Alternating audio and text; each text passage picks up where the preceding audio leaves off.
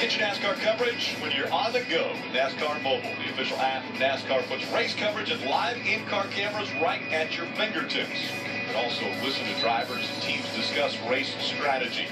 Download for free at NASCAR.com/mobile. The strategy that we just played out here for the 5 charter team. How about the strategy that Joe Gibbs Racing implemented to win the Daytona 500? Maybe doing the same thing in this practice. And I'm going to give the credit a little higher than Joe Gibbs Racing. I know they're a big part of it, but I'm going to say Toyota Racing Development and TRD, because the 78's included in that. I think that conversation has to come at a global level.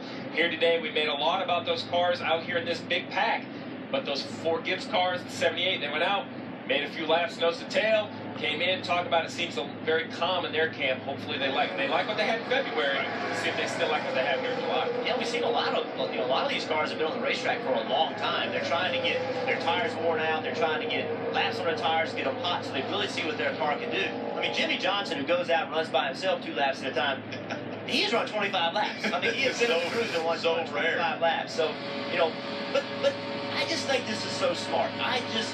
With this race, we've seen handling matter, not only in July, but we've seen it matter in the last few races here at Daytona. The only way to find out is to get old tires, half fuel, all those kind of things, try to be in a pack. Now you're learning. What's the risk? The risk is you get in a wreck. Well, you get in a wreck. I'm sorry, you're Hendrick Motorsports, you got a great car in the backup, in the trailer for a backup. Yep. Get on the racetrack, learn what you can learn. I love this strategy. Chase Elliott's with him. You see Kevin Harvick. I just like the strategy. It's the right thing to do. Kelly Stavis, what was the strategy with the 19 team?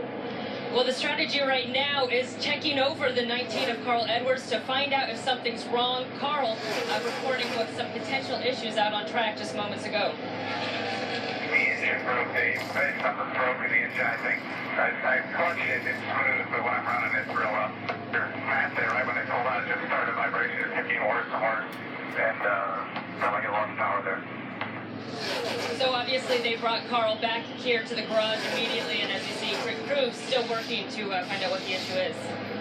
Rick, what makes that a little more challenging is I know Carl said it was down on power, but you have to actually get permission to change an engine for NASCAR. It's a 1-engine rule. Of course, if the engine's broken and you can show something, NASCAR's going to give it to you. But just because the driver doesn't like the way it feels, you have to somehow give some sort of evidence to NASCAR that you have an issue. They're normally very open to the idea, but you have to give something. Perhaps look at the computer, get the information off the electronic fuel injection. It records a tremendous amount of channels, so many things in the engine I couldn't list. So there's way smarter people than me on engines that'll be digging through that stuff, but they have to show that evidence to NASCAR that they need to change it. And here's Reed Sorensen trying to find a way to get himself in the race. Yep. But look what's in front of him.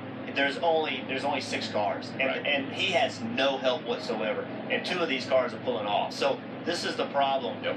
And he recognizes that there's no sense in staying out. There's not going to be enough help. He's not going to be able to run fast enough in this situation. And again, we've talked about it, and we keep saying it. I don't think you're going to get that big pack again. I think the opportunity was in the first 30 minutes of practice, and now the opportunity is going to be gone. So they may get lucky and find a way. What they need to do is come in, cool the thing off, put a bunch of tape on it, go to the end of pit road, hope that a pack comes out, hope that you get some sort of a break, and then have the car taped off, less drag, and try to get a run on somebody, but it's going to be difficult to happen. And the reason we're focusing on this so much is the possibility of rain this afternoon. If it rains out qualifying, the 5 cars that are non-charter cars, they will get in based upon speed in this practice. There you see the top speeds.